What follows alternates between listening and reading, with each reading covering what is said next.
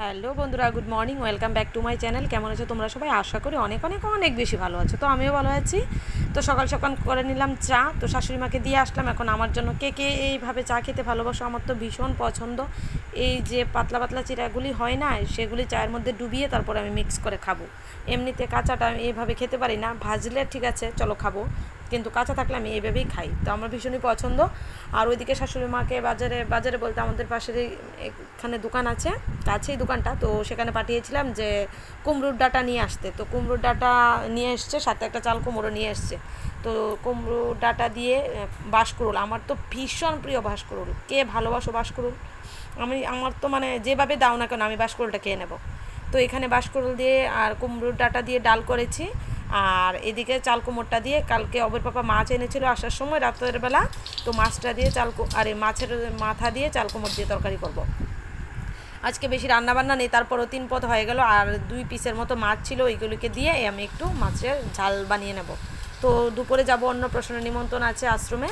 তো ওটা ওই আশ্রমে আমরা নাম নিয়েছিলাম, প্রতাপগড় আশ্রমে। সেখানে আজকে যাব। 2 বছর হয়ে গেল আর নাম নেওয়ার পর ওই আশ্রমে যাওয়া হয়নি। তো আজকে সেই সৌভাগ্য হলো, তো যাব। তার জন্য তাড়াতাড়ি করে রান্নাবান্না শেষ করে আবার কিছু কাপড়ও ভিজিয়েছি, তো সেগুলি ধুয়ে স্নান টান করে রেডি হয়ে যাব। তো অবের বাবা ফোন করেছে, ও চলে আসবে। তো আজকে তো রবিবার, তো অফিসে সকালেই গিয়েছে, তো নিমন্ত্রণে যাব বলে তাড়াতাড়ি চলে আসবে। তো এদিকে আমার রান্নাবান্না কমপ্লিট, আমি ভাত খেয়ে নেব, অবৈকেও ভাত খাইয়ে দেবো। আগে ঘরটা পরিষ্কার করে নিয়ে দেখো, আমার ঘর পরিষ্কার করা কমপ্লিট। ঘর মুছে নিয়েছি, বাসন যা কটা হয়েছে সব কিছু ধুয়ে নিয়েছি। বাটটা হয়ে গেলেই হয়ে যাবে। তো এখানে আমার জন্য ভাত নিয়ে নিলাম, অবৈকে খেয়ে দিয়েছে আগে, তো ভাতটা খেয়ে ঘরটা মুছে নেব। তো এই দেখো, যেই কথা তেমন কাজ, ঘরটা মুছে নিচ্ছি, মুছে চলে যাব কাপড় ধুতে ট্যাঙ্কির মধ্যে। তো এই তো কাপড় ভিজিয়ে দিলাম, অবৈকে স্নানটা করিয়ে কাপড় কেচে আমিও স্নান করে চলে আসবো। তো বন্ধুরা, আমার স্নান টান হয়ে গেল। তো অবের পাপাও এর মধ্যে চলো আসলো। তো এখন আমি রেডি হতে যাব। তো চলো রেডি হয়ে নিই। এই দেখো রেডি হয়ে চলেও আসলাম, এখন বেরিয়ে যাব। 2:30টার উপরে বেজে গেছে। অবের পাপা বলছে যে আজকেই আমাদের ইনভাইট করেছে, কালকে যে গেলে হবে না, এই জন্য মেয়েদেরকে নিয়ে যেতে নেই।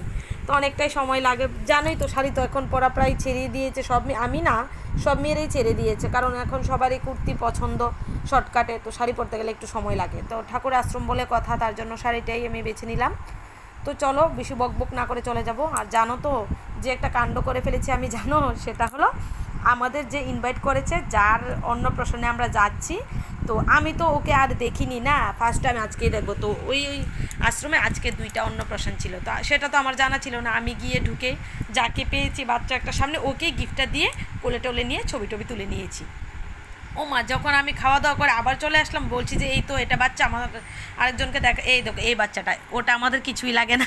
আমি এটাকে নিয়েই ছবি টবি তুলে গিফটটি ওকেই দিয়ে দিলাম। আর যার বার্থডে ওকেই, আরে সরি অন্নপ্রাশন, ওকেই দিলাম না, কারণ আমি তো জানি না। পরে যখন জানতে পারলাম যে আমি যাকে গিফট দিয়েছি ও আমাদের বাচ্চা নয়, ওটা আরেকজনের ফ্যামিলি ছিল, 2টা অন্নপ্রাশন ছিল।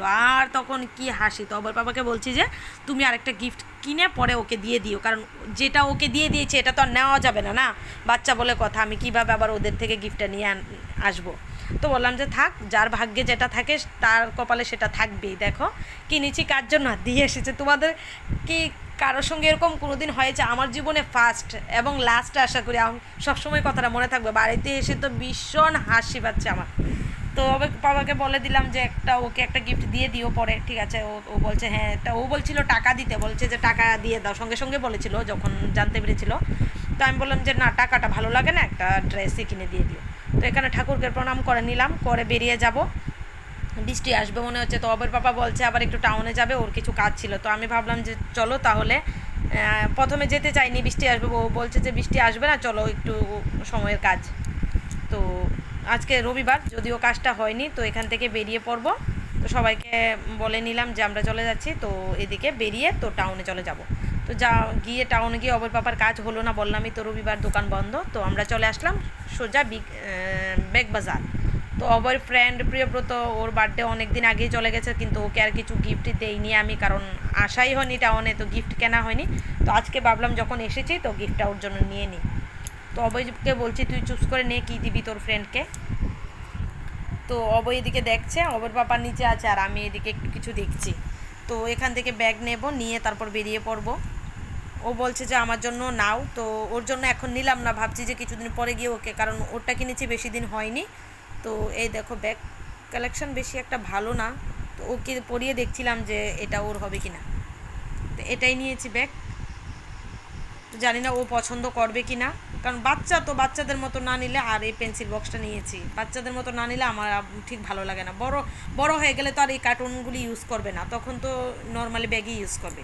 তো বাড়িতে চলে আসলাম। তো এটা কিছুক্ষণ পরে তো আনারসটা কেটে নিচ্ছি। 3টে আনারস এনেছিল অভয় পাপা, এগুলো এমনিতেই পড়ে আছে, তো না কাটলে খাওয়া তো হবেই না। তো খাওয়া দাওয়ার পর যাবো একটু বাজারে। তো এদিকে আমি রেডি হয়ে গেলাম, অভয় বায়না করছে ও যাবে, তো ওকে সঙ্গে নিয়ে নিলাম। তো একটু রেশনও আসা দরকার ছিল, তো অভয় পাপা বাড়িতে বলে ওকে নিয়ে চলে আসলাম।